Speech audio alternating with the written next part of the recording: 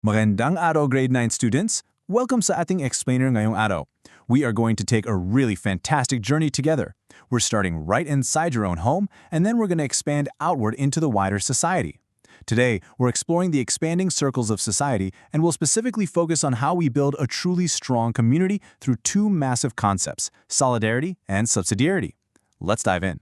Narito ang mga matututunan natin ngayon. This is our roadmap. Number 1, pamilya at aktibong pagtuklas. Number 2, alamin ang lipunang politikal. Number 3, kondisyon ng kabutihang panlahat. Then we hit our twin principles. Number 4, ang prinsipyo ng solidarity. And number 5, ang prinsipyo ng subsidiarity. Finally, we'll wrap it all up with number 6, mga gawain at pagtataya. All right, let's jump into our first section. Number 1, pamilya at aktibong pagtuklas, or family and active discovery. Before we can even begin to understand massive governments or entire countries, we have to look at where everything begins. Ang pamilya ang pinakamaliit at unang institution ng lipunan. That means your family is literally the smallest and the very first social institution you belong to. It acts as the partner of the government in raising good citizens. Sa loob ng pamilya, dito natin unang natututunan ang responsibility. It's inside the home where we first learn responsibility, how to care for others, and how to actually develop our own potential. This original group, that's your starting line for everything else in life. Now, in your textbook, there's this really cool activity called the Rescue Simulation Game. Let's do a quick thought experiment together. Imagine a super typhoon just hit your area, and you are part of a central agency. You've got all these relief goods to distribute to the victims. Pero bakit ito mahalaga? Why does having a system matter so much here? Well, because if everyone just runs around tossing canned goods at people without a plan, what happens? Total chaos, right? So how do groups actually succeed in a crisis like that? The follow-up questions in your book highlight a crucial point. Success requires structure. Kailangan ng malinawan na liderato at mga grupong may tiyak na tungkulin. You absolutely need clear leadership, you need to organize groups with specific roles, execute a unified goal, and make sure that everyone's needs are met effectively. You can't just rely on good intentions. You need an organized system. And this brilliantly shows us exactly why we need larger structures in our society. Which brings us right to the next expanding circle of our society. Section 2, Alamin, ang lipunang politikal, or understanding political society. We are officially zooming out from the family and small rescue groups into the larger community structure. This is what we call ang lipunang political, or political society. Nais ng lipunan na magapagbigay na maayos na pamumuhay sa manasa sakupan nito. The ultimate goal of society is simply to provide a good, decent life for all of its people. But, because there are millions of us, individual families just can't do it all alone. The lipunang political is our organized system of care. It's how a community structures itself, building schools, creating hospitals, making laws so that everyone's needs are met by the government, acting as a massive partner to your own family. Now, there is a super powerful reminder from our textbook about leadership here. Walang lipunan ang magtatagumpay kung walang pinuno na tapat sa pamamahala. Literally, no society is going to succeed without leaders who are honest and faithful to their duty. True leaders do not abuse their power. Instead, they prioritize the Kabutihang Panlahat, the common good, way above their own personal interests. They listen, they guide, and above all, they serve. So, the big question is, how do we actually achieve this?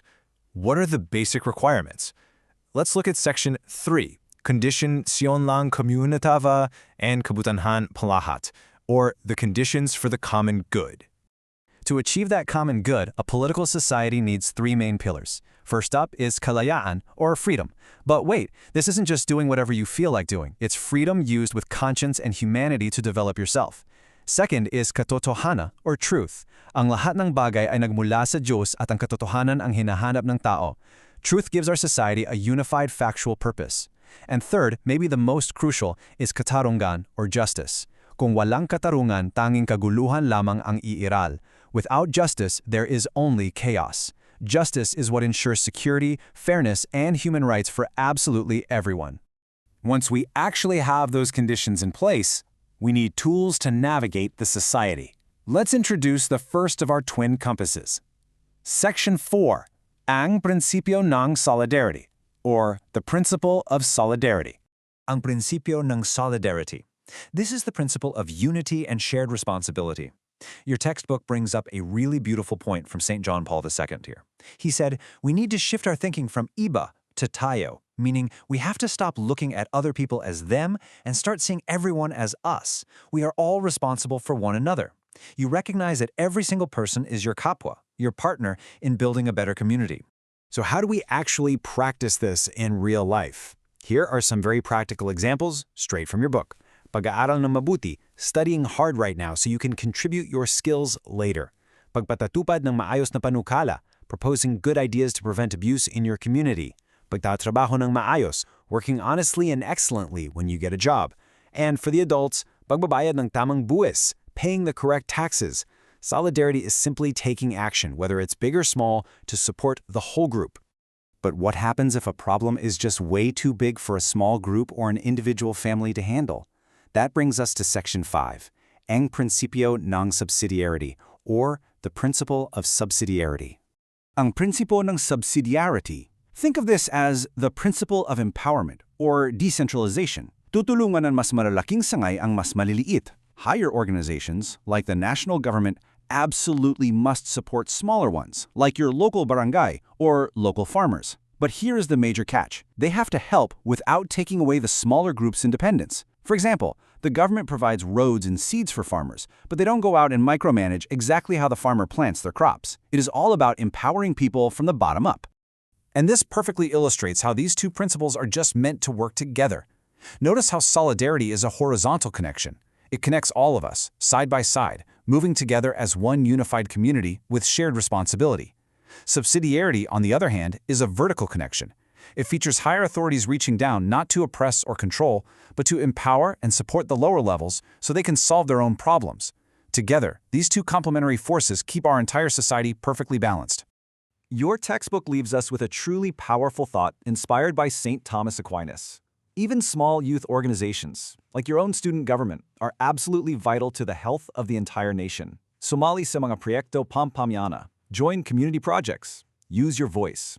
In short, be the solution and not the problem. You don't have to be the president of the country to practice good governance. You just have to start exactly where you are today. All right, let's look at how you are going to apply all of this in our final section. Number 6, mga gawain at pagtataya, activities and assessment. First up, you have your gawain and pagtataya. Sasagutan ninyo on multiple-choice questions to test what you've learned about the lipunang politikal and true leadership. You're also going to use a concept map. This is a great way to visually connect how the family, the school, the church, and the government all link together to form our political society. So apply everything we just talked about. Finally, your major performance tasks. Step 1, movie search, where you'll find and analyze a film that perfectly demonstrates either solidarity or subsidiarity. Step 2, the Juanderland documentary, where your group will actually document these principles in action right within your own community. And Step 3, pagninilay, writing a personal reflection on your entire journey through this lesson. As you step out to tackle these tasks, I want to leave you with one final, big question to think about. Look around your own barangay today. Buhay ba talaga ang mga prinsipyong ito sa inyong komunidad? Are the principles of solidarity and subsidiarity truly alive where you live, and what can you do to spark them? Hanggang sa muli, keep exploring.